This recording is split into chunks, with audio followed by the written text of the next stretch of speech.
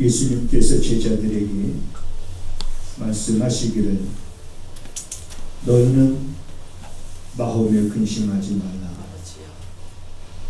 하나님을 믿으니 곧 나를 믿으라 하신 오늘 이 말씀 우리들이 마음에 깊이 새길 수 있는 시간이 되게 하시옵소서.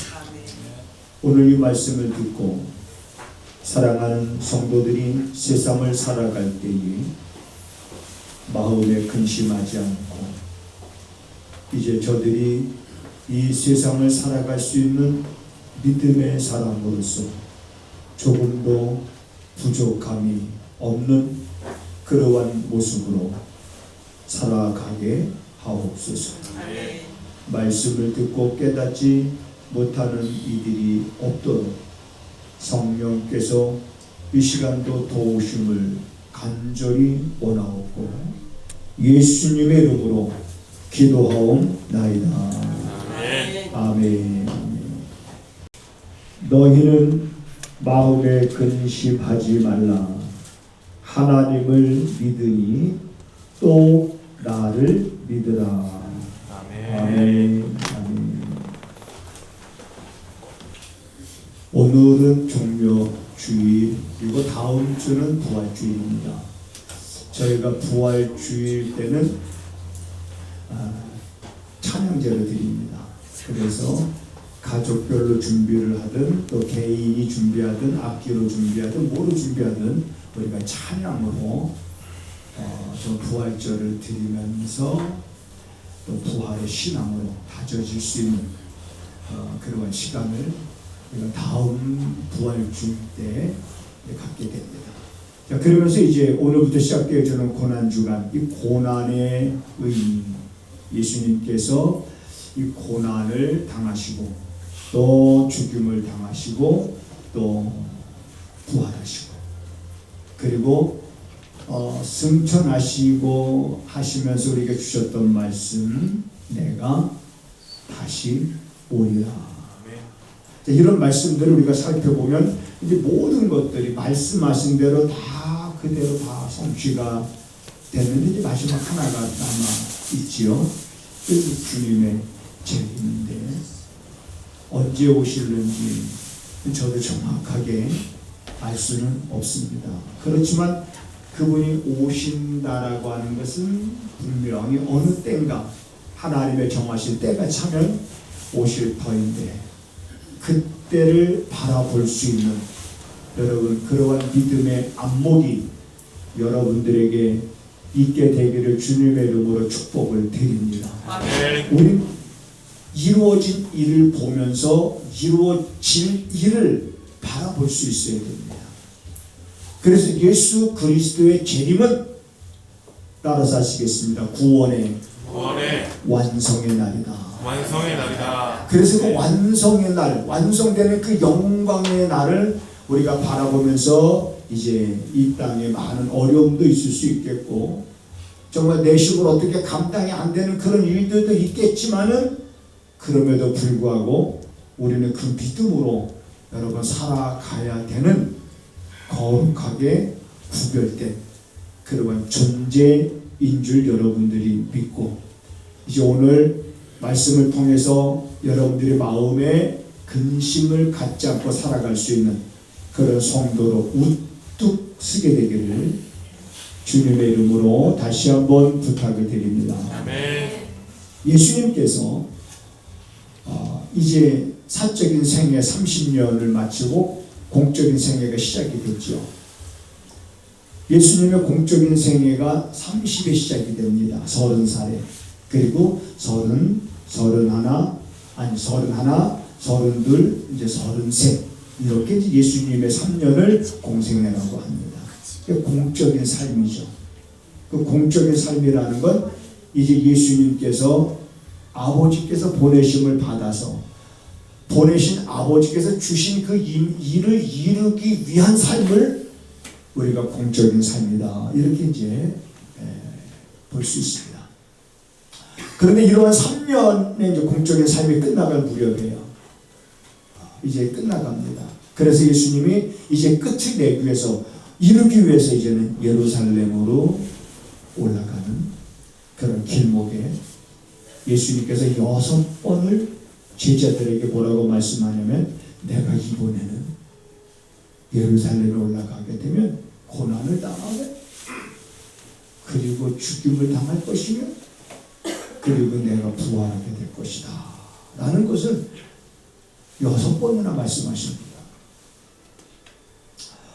그런데 그러한 말씀에 제자들은 전혀 어떠한 관심을 보이지 않은 것을 우리가 성경에서 보게 되는데 예수님이 공생의 기간 동안의 고난과 죽음에 대해서 말씀 안 하시다가 이제 공생애를 마치는 시점에 예루살렘으로 올라가면서 비로소 첫 번째로 예수님이 내가 고난을 당하고 죽임을 당하고 부활하게 될 것이다 라고 첫 번째로 말했던 그 지역이 어디냐면 가이사랴 빌립보 지방에서 예수님이 제일 처음 말씀하셨습니다. 비로소 가르치셨다. 비로소 이제 예수님이 고난을 당하고 죽임을 당할 것을 부활할 것을 비로소 예수님이 첫 번째로 제자들에게 말씀하셨던 지역이 이 가이사랴 빌립보 지방이죠. 그 지방에 있었던 사건을 우리가 잘 알지 않습니까? 예수님이 제자들에게 세상 사람들이 인자를 누구라 하느냐 그리고 너희는 나를 누구라 하느냐 그때 베드로가 주는 그리스도시요 살아계신 하나님의 아들입니다. 예수님이 바요하시고 내가 참 복이 있다. 자 이렇게 말씀하시면서 비로소 자기가 고난 당할 걸 말씀하시는 거예요. 그리고 죽게 될 걸 말씀하는 거예요. 그러나 부활할 걸 말씀하시는 거예요. 그러자 베드로가 펄쩍 뜁니다. 주님. 결코 주님에게 그러한 일이 일어나지 않도록 일어나도 안 되지만 그런 일이 일어나지 않도록 하겠다라고 베드로가 거기서 예수님 앞에 말씀합니다. 어떻게 보면 제자로서 당연히 보여야 되는 모습일 수도 있어요. 스승이 고난을 당하고 죽임을 당한다는데 제자로서 가만히 보고 있겠습니까? 안 됩니다. 그런 일이 주님에게 일어난다 그러면 제가 가만히 있지 않겠습니다. 이렇게 말하는 것은 제자로서 당연한 모습인 듯 생각이 되어집니다만은 그러한 베드로를 향해서 예수님이 뭐라고 말씀하셨냐면 사탄아 내 뒤로 물러가라 이렇게 말씀하셨어요. 너는 나를 넘어지게 하는 자로다. 내가 어찌하여 하나님의 일을 생각하지 않냐고 사람의 일을 생각하느냐. 여기서 베드로는 들켜버린 거예요. 왜? 예수님 죽으면 안 되거든요. 예수님 죽으면 안 되는 거예요. 자기네들이 지금까지 기다려왔던데 이제 3년 동안 예수님을 쫓아다니면서 예수님이 하시는 말씀을 듣고 예수님이 행하시는 이적을 보면서 이제는 이번에 이제 예루살렘에 올라가면 이제 뭔가 이제는 어떤 왕권을 예수님이 차지하시게 되면 우리도 뭔가 한 자리 하지 않겠느냐.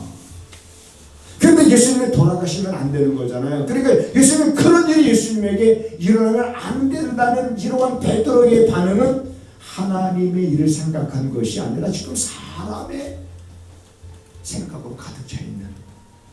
그래 예수님이 그런 베드로에게 사탄아 내 뒤로 물러가라. 너는 나를 넘어지게 하는 자다 라고 이제 책망하시고 그리고 나서 두 번째 예수님이 변화산에 올라가시고 변화산에서의 사건이 끝나고 내려오실 때 예수님 두 번째 제자들에게 또 그렇게 말씀하십니다. 내가 예루살렘에 올라가면 또 고난을 당하고 죽임을 당하고 또 부활할 것이다. 이런 말씀.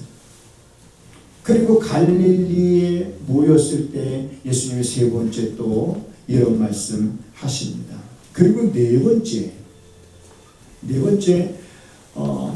예수님께서 또 고난과 죽음과 부활에 대해서 말씀하실 때 예수님은 자꾸 지금 이렇게 지금 네 번 거듭해서 말씀하시는데 그때 세베대의 아들들의 어미가 예수님 앞에 다 나와가지고 예수님 기본에 예수님 올라가시면 내 두 아들 있지 않습니까? 하나는 좌편에 앉혀주시고 하나는 우편에 앉혀주셨으면 좋겠습니다. 여러분 치맛바람은 그때부터 불어요. 네. 자기 두 아들을 위해서 하나는 좌의정을 시켜주시고 하나는 우의정을 좀 시켜주십시오 라고 어머니가 나와서 청탁을 하니까 그걸 보고 있던 제자들이 심히 마음에 분이 가득했다 그랬습니다. 분한 우리도 지금 그런 생각인데 먼저 잽싸게 먼저 저렇게 나서서 선수 치는 것 같은 그런 모습을 보고 제자들이 분한 생각이 들었던 거죠. 그런 분한 생각에 젖어 있는 제자들에게 예수님이 이렇게 말씀하십니다. 너희가 크고자 하느냐? 그 너희는 섬기는 자가 되어야 된다. 너희가 으뜸이 되고자 하느냐? 그럼 너희들은 종이 되어야 된다. 내가 섬김을 받으러 온 것이 아니라 내가 섬기려 하고 내 몸을 화목제물로 내 몸을 나는 대성물로 주기 위하여 왔다라고 예수님이 이렇게 말씀하십니다. 자, 그리고 이제 다섯 번째 예수님께서 또 죽음과 고난과 부활에 대해서 말씀하시는데 그때 어떤 일이 있었냐면 그 가버나움 지역에 이제 들어가서 집에 계실 때 예수님이 제자들에게 이렇게 묻습니다. 너희들이 노중에서 다시 말하면 지금 가버나움이라는 지역에 들어와 이 집에 들어오기까지 너희가 걸어오면서 노중에서 길거리에서 너희들이 서로 주고받았던 이야기가 뭐냐? 라고 예수님이 묻는 거예요. 그래 제자들이 무슨 얘기를 주고받았을 것 같아요? 시원아. 제자들이 노중에서 예루살렘 올라가는 길목 노중에서 이제 막 제자들이 주고받았던 얘기가 뭘까? 시원아. 정은아 뭘까? 뭘 것 같아? 뭘 주고받았을까? 지효라 뭐 대답 안 하고 있어. 뭘까? 어떤 거요? 호준이 어디 있어? 호준이 도망갔어. 자고 있네. 물어볼까봐 자는 척하는데 저렇게 되돌아 있어서도 이렇게 말하니까 이 광대뼈가 움직이는 거 웃고 있다는 거예요. 어떻게 알았을까? 여러분 제자들에게 너희들이 노중에서 주고받았던 이야기가 뭐냐라고 예수님을 물으니까 그들이 아무 말도 하지 않습니다. 그러면서 그 노중에서 주고받았던 이야기가 뭡니까? 누가 과연 큰 자리에 누가 우리 중에 누가 높은 자리에 앉겠느냐라는 큰 이야기. 예수님은 지금 올라가는 고난을 당하고 죽임을 당하고 그리고 이제는 부활을 말씀하는데 여전히 제자들에게 있어서는 예수님의 고난과 부활과 죽음에 관심이 없는 거예요. 예수님의 말씀이 귀에 들어오지 않아요. 왜? 그들 마음에 지금 어떤 마음이 있고 다른 마음이 있기 때문에 그런 거예요. 그들의 마음에는 여전히 뭐예요? 예수님이 고난을 말하고 죽음을 말하지만 여전히 제자들 마음에는 올라가면 누가 이제 큰 자리에 앉을 수 있을까? 큰 자리에 앉을 수 있을까? 여기에 관심이 있었던 거예요. 여섯 번째 예수님께서 이런 말씀하십니다. 겟세마네 동산에서 기도를 마치시고 너희가 다 나를 버릴 것이다. 너희가 다 나를 버리리라. 그러나 내가 살아난 후에 너희들보다 먼저 갈릴리로 가리라 라고 말씀하시지만 그 말씀조차도 제자들은 마음에 두질 않았었어요. 왜? 예수님이 부활하셨다는 소식을 들었으면 그럼 갈릴리로 갔어야지. 그런데 그런 제자들이 없었거든요. 그러니까 너희가 다 나를 버리리라.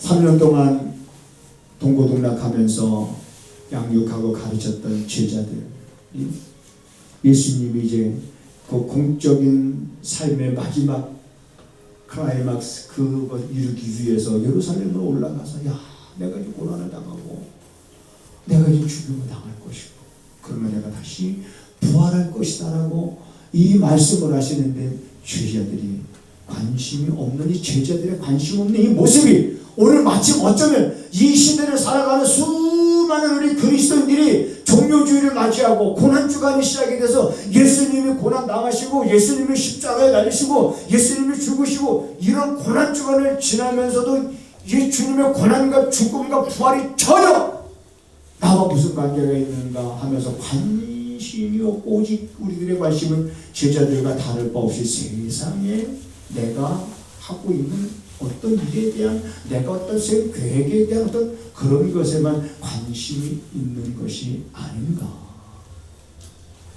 그 모습이나 이 모습이나 크게 다를 바가 없다라고 하는 그런 모습을 그냥 목사의 입장에서 이 시대에 신앙생활하는 성도들을 바라보면 그런 생각을 갖게 되어집니다. 그래서 우리들은 이제 이러한 고난주간을 맞아서 두 가지 문제를 확실하게 해결하고 고난주간을 지내면서 부활절을 맞이해야 되겠다라는 이제 그런 생각을 가졌는데 두 가지 확실하게 오늘 말씀을 듣고 우리 믿음의 뿌리를 더 깊이 한번 내려보자. 첫째는 이렇게 고난을 당하고 죽임을 당하고 부활할 것을 말씀하신 그분이 누구냐? 예수님께서 제자들에게 물으셨던 그 질문에 대한 우리들의 확실한 고백이 있어야 됩니다. 다시 말하면 너희는 나를 누구라고 하느냐? 라고 하는 것에 대한 질문. 너희는 나를 누구라고 하느냐? 여러분과 저는 우리가 믿고 있는 예수 그리스도가 그리스도에 대해서 어떠한 지식을 갖고 있습니까? 이것을 좀 확실히 하자는 겁니다. 주님은 우리가 말씀을 보면서 문제를 삼은 것이 있습니다. 그런데 병들고 가난하고 못 배우고 키가 작고 이런 것들을 하나도 예수님은 문제 삼지 않았는데 뭘 문제 삼았냐면 믿음이 없는 건 문제 삼았습니다. 믿음이 없는 자여 어찌하여 의심하였느냐라고 말씀하시기로 했습니다. 그러니까 오늘 우리들은 좀 세상에 사람들이 바라볼 때 좀 모자라 보여도 좀 괜찮습니다. 가진 것이 좀 없어도 좀 몸이 좀 병들어도 병들 수 있어요. 우리가 살면서 병들 수 있죠. 그렇지만은 우리는 믿음이 없어서는 안 되겠다는 겁니다. 금보다 귀한 것이 믿음이라고 말한다면 정말 나는 믿음을 금보다 귀하게 여기고 있는가? 그 믿음 뭡니까? 예수는 나의 생명의 주시다라고 하는 믿음. 그분은 나의 죄 문제를 해결해 주셨다라고 하는 믿음. 그분과 나와의 관계 속에서 그분은 내가 치러야 될 죄값을 그분이 대신 치러 주심으로 그걸 믿음으로 나는 구원을 받는다라고 하는 그 믿음이 우리는 흔들리면 안 됩니다. 아멘. 예수는 나의 생명이요 예수는 나의 왕이시며 예수는 나의 구주시다. 그분은 나의 왕이시다. 그분은 나의 구주시고 그분은 나의 생명이시고 예수는 나의 구주 삼고 생명과 피로써 거듭난 나는 하나님의 자녀로 이 세상을 지금 살아가고 있는 것이다. 나는 하나님의 자녀다. 아멘. 그 신분을 우리가 잊어버리면 안 되는 거죠. 너희는 나를 누구라고 하느냐. 마지막으로 또 하나 우리가 생각해 볼 것은 제가 전에 말씀드렸던 기억이 납니다만은 너희는 나를 누구라고 하느냐. 이게 첫 번째 질문. 두 번째는 너희는 너희를 누구라고 하느냐 라는 질문입니다. 너희는 너희를 누구라고 하느냐. 이건 무슨 말이에요? 너는 너를 너는 어떻게 생각하고 있느냐는 거죠. 다시 말하면 나는 나를 어떻게 생각하고 있느냐.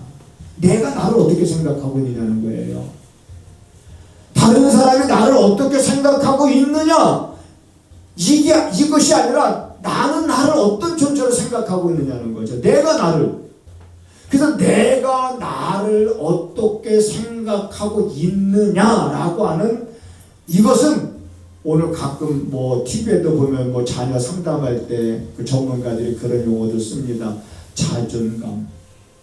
애가 너무 자존감이 낮네요. 뭐 이런 표현을 쓰잖아요. 그래 자존감이라는 것은 다른 사람이 나를 어떻게 생각하느냐가 아니라 내가 나를 어떻게 생각하느냐는 거예요. 그래서 이 자존감의 치수가 낮으면 여러분 열등감에 사로잡혀서 삽니다. 그러면 어떻게 해서든지 우리는 이 자존감의 치수가 낮으면 안 되는 거예요. 근데 세상 사람들이 자존감의 치수를 뭘로 높이려고 그래요? 어떤 세상의 권력, 어떤 물질, 어떤 배움, 뭐 어떤 학위, 어떤 뭐 잘생긴 거, 저처럼. 뭐 이런 것 가지고 여러분 뭐 자존감을 뭐 높이 세울 수 있습니까? 이런 거로 세우려고 하죠. 그래 있으면 어깨 힘들어가고 그냥 어디 가서 그냥 뭐 기죽지 않고. 근데 여러분 우리는 그러한 세상의 것으로 세운 자존감은 세워진 듯하지만 곧 무너집니다. 그렇습니다. 우리는 나를 어떻게 생각하느냐, 나는 나 스스로를 어떤 존재로 생각하느냐, 이 굉장히 중요한 건데요. 여러분들의 자존감의 치수가 낮으면은요 열등감에 사로잡혀서 살게 됩니다. 자꾸. 하나 그래서 우리가 베드로 전서 5장에서 우리는 이 정답을 찾으려고 합니다. 베드로전서 5장 1절에 보면 베드로가 이런 말을 합니다. 나는 너희들과 함께 장로된 자요. 그리고 그 뒤에 베드로가 이런 얘기를 해요. 나는 장차 나타날 영광에 참여할 자이다. 베드로가 이런 말을 해요. 그러니까 베드로는 자기 자신을 소개하면서 뭐라고 소개하냐면 나는 너희들과 함께 장로된 자고 나는 앞으로 나타날 영광에 참여할 자라는 거예요. 앞으로 나타날 영광, 그러니까 앞으로 나타날 그 영광이 무엇인지를 베드로는 아는 거죠. 그러니까 앞으로 나타날 그 영광에 자기가 참여할 자인데 그 영광에 참여할 존재인 자기, 이 땅의 것에 연연하지 않는 거예요. 세상의 것에 연연하지 않는 거예요. 세상의 즐거움과 세상의 자랑과 세상의 명예와 세상의 부귀 권세에 관심이 없는 거예요. 베드로는. 세상에서 그런 것뿐만 아니라 어떤 고난과 핍박과 이것도 베드로는 두려워하지 않았습니다. 장차 나타날 영광에 자기는 참여할 자이기 때문에 이 땅에서 죄를 위하여 죽는 것조차도 두려워하지 않았어요. 왜 죽음을 두려워하지 않았습니까? 나타날 영광에 자기는 참여할 자이기 때문에. 그래서 베드로는 십자가에 자기를 거꾸로 달아 죽여라.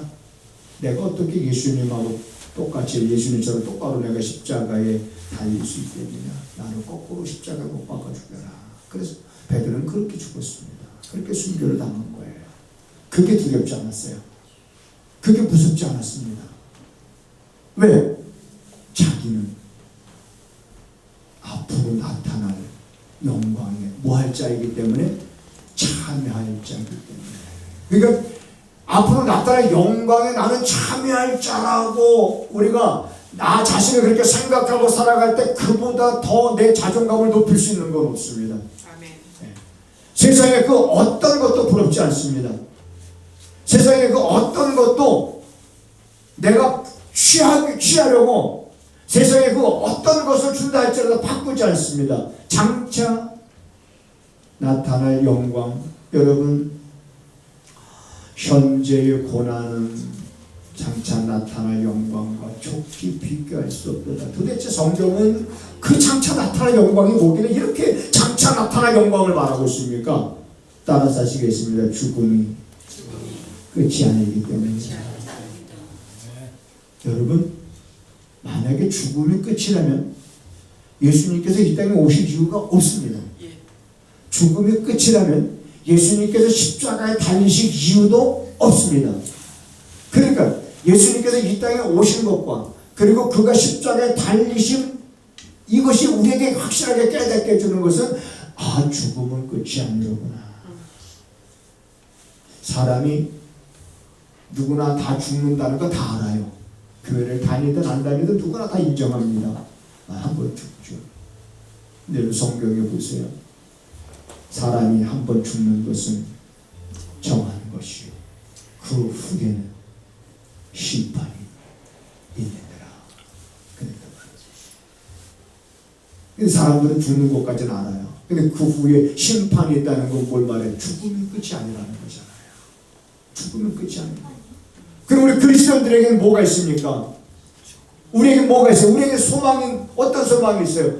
우리는 지금 살다가 죽는다 할지라도 주님이 재림하실 때에 우리는 부활의 영광이 있을 것이고 우리가 아직도 경험하지 못했지만은 도대체 그들이 바라봤던 그 영광이 나타날 영광에 참여할 자라고 말했던 그 영광, 그거는 오늘 우리와도 상관이 있다라고 하는 것을 여러분 우리는 믿어야 됩니다. 아멘. 우리의 자존감은 바로 장차 나타날 영광에 나는 참여할 자이기 때문에 이 땅의 고난, 핍박, 부귀, 영화 그런 거에 치우치지 않는 겁니다. 우리 한번 따라서 하시겠습니다. 나는 장차 나타날 영광에 참여할 자다. 자, 한번 제가 시작하면 한번 여러분 지금 제가 따라서 하는 거 그대로 한번 해보시는 거예요. 이제 시작. 나는 장차 나타날 영광에 참여할 자다. 자, 이게 지금 자신이 없고 지금 정말 정말 부끄럽기도 하고 여러분 우리 이게 부끄러우면 안 되는 거예요. 여러분 명함에다가 그렇게 명함을 새기세요. 나는 장차 나타날 영광에 참여할 자다 해놓고 누구 이름 딱 써놓고 그 다음에 내가 하는 일 딱 적어놔요. 장차 나타날 영광에 참여하실 분이군요. 우리 옆 사람 한번 이렇게 인사해 보세요. 장차 나타날 영광에 참여하실 분이군요. 네, 이렇게. 장차 나타날 영광에 참여하실 분이군요. 우리 기독교의 신앙의 핵심에 장차 나타날 영광에 참여할 자라고 하는 그 믿음이 없으면요, 지금 이 세상에 거친 이 죄악의 물결을, 사단의 간교한 속임수를 우리가 뿌리치지 못하고 넘어가죠. 그래서 여러분 아직 장차 나타날 영광에 나는 정말 참여할 자다라고 하는 이 확신이 안 들면 하루에 3번씩 눈 뜰 때마다 외치세요. 나는 장차 나타날 영광에 참여할 자다. 그래도 확신이 안 오면 또 나는 장차 나타날 영광에 참여할 자다. 그래도 확신이 안 오면 나는 장차 나타날 영광에 참여할 자다. 그냥 소리라도 지르다 보면 어느 순간 믿음이 쑥 들어옵니다. 아멘. 어떤 사람이 목사님 요즘에 기도도 안 되고 답답해 죽겠어요. 어떻게 했으면 좋을지 모르겠습니다. 그래요? 그럼 내가 기도가 되는 방법을 알려드릴 테니까 그대로 하시겠습니까? 그대로. 그러면 소리 지르세요. 그냥 무슨 소리든지 그냥 뭐 하나님 앞에 나서 무슨 소리든지 어떤 소리든지 우리가 위급하고 다급할 때 부르짖는 소리 있잖아요. 그냥 어떤 뭐 내용 없어도 괜찮아요. 그냥 소리 막 이런 소리라도 지르는 하나님 앞에 소리를 지르는. 왜 산에 가서 야호하면 여러분들 사람들이 시원하다고 그러는지 아세요? 그냥 소리 지르니까 속이 시원한 거예요. 그 중심을 누가 아시기 때문에, 하나님이 아시기 때문에. 여러분 마치 이거하고 똑같아요. 아기는 울기만 하면 만사형통이잖아. 아기는 울기만 하면 누가 뛰어와요? 엄마가 뛰어오고, 또 누가 엄마 없으면 누가 뛰어와? 아빠가 뛰어오고, 울기만 하면 그냥 뛰어오고. 만사 형통이란 말이에요. 그럼 마찬가지예요. 우리가 하나님 앞에 아이가 울지만 그게 무슨 어렵니까? 도와달라는 거. 그게 애는 우는 것밖에 할 일이 없어요.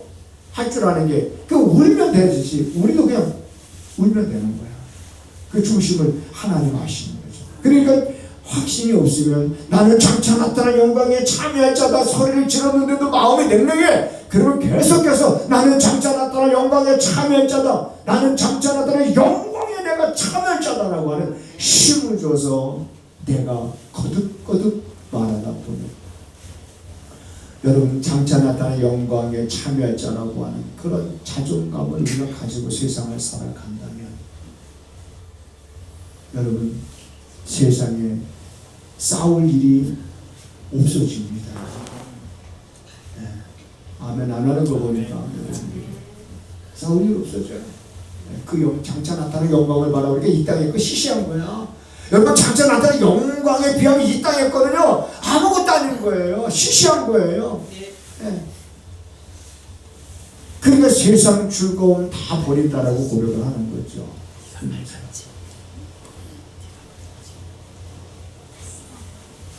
오늘 우리들은 너는 나를 누구라고 하느냐, 그 다음에 너는 너를 누구라고 하느냐, 이 두 가지 문제 고난주간을 지내면서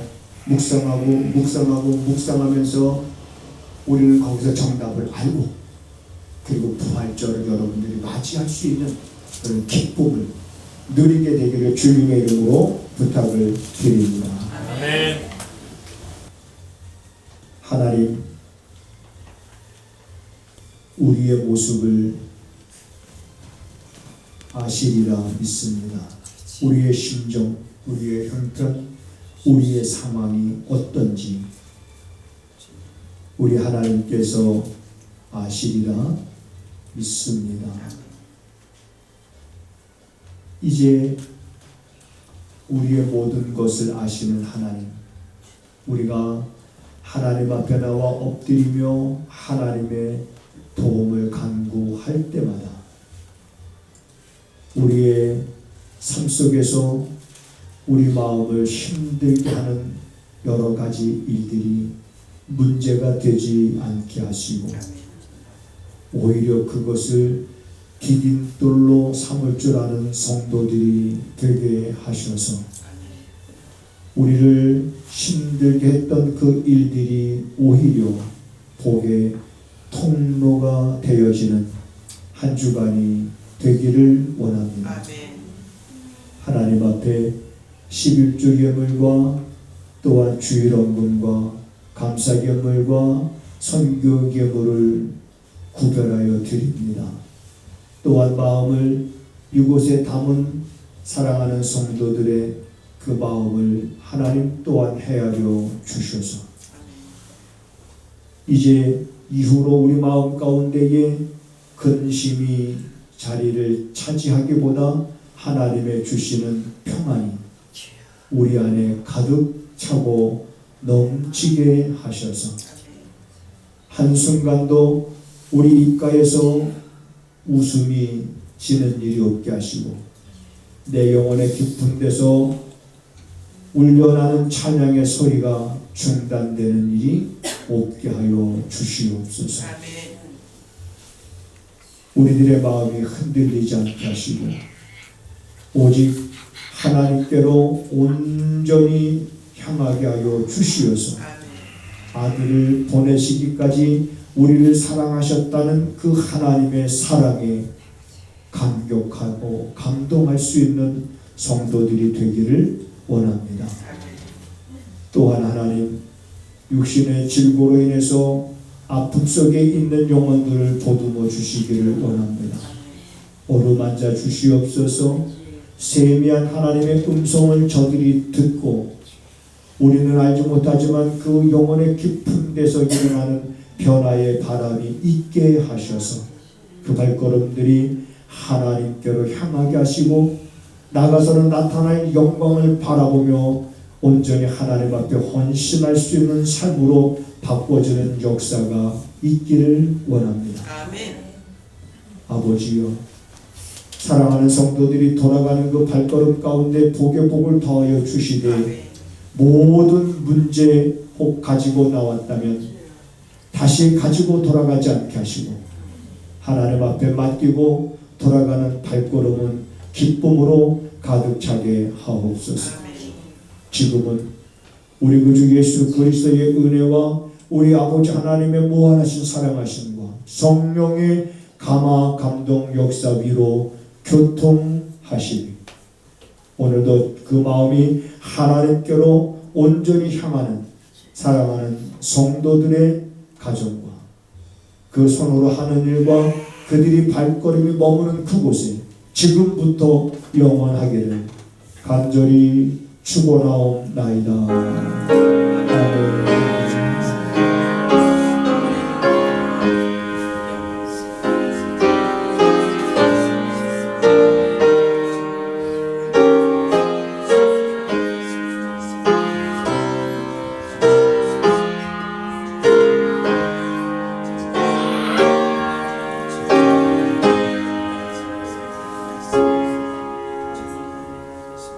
아멘.